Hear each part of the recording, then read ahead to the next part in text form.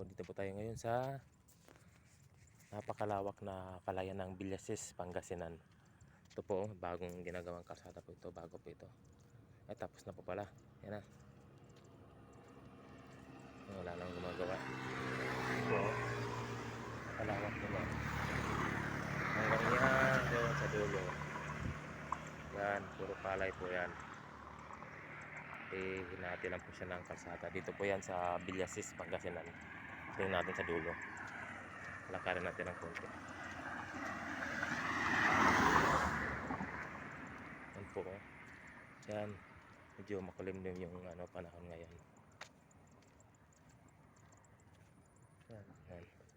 Tawid tayo sa kabila. Kita natin yung mga palay. Yan. Kalawak po yan.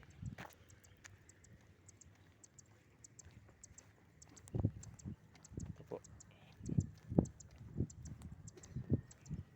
Yan. Yan po yan. May mga tubig pa.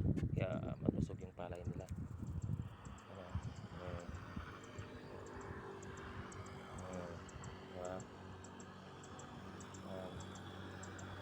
Dito lang po yan sa Villasis, Pangasinan. Yan. Yan, diretsuhin mo yung kalsada na yan. Puntahin mo yung Rosales, Pangasinan. Yan po. Yan. Yan. Yung mga ka-discover. Pakalawak.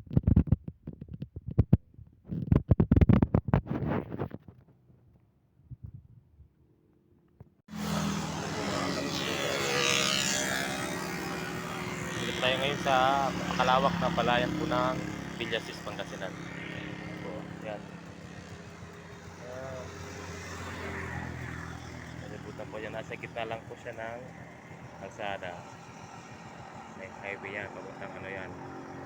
Ang direksyon mo yan ng dulo. Papuntang Rosales. Kabila na punta ko sa Lita. Yan, mga palay ito.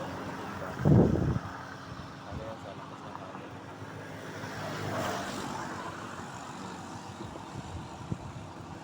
Lapit ng yan na ito yung harvest to.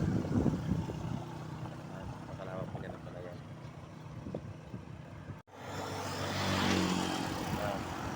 Yan. Yan ang Villasis, Pangasinan. Maganda yung kalsada niya.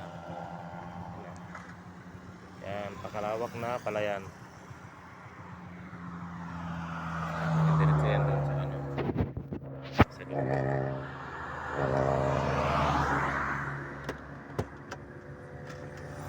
Yung makulib yung panahon nga, pero maganda, hindi gaano mainit.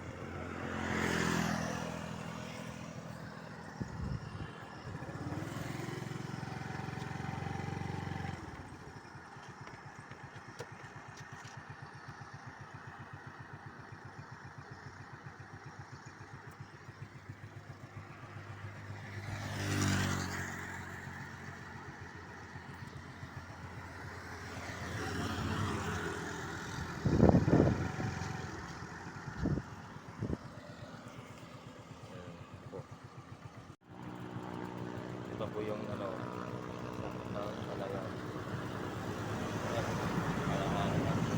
Yung palay. Mahaba siya.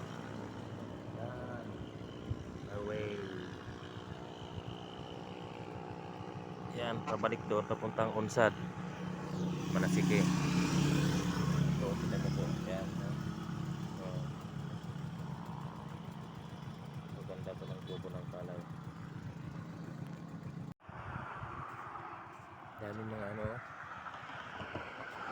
hindi nga ito sila yung mga binibigas nila na binibilad pala nila na palay ba ito? Mais. Mais na na siya kasi basa kasi. Ay,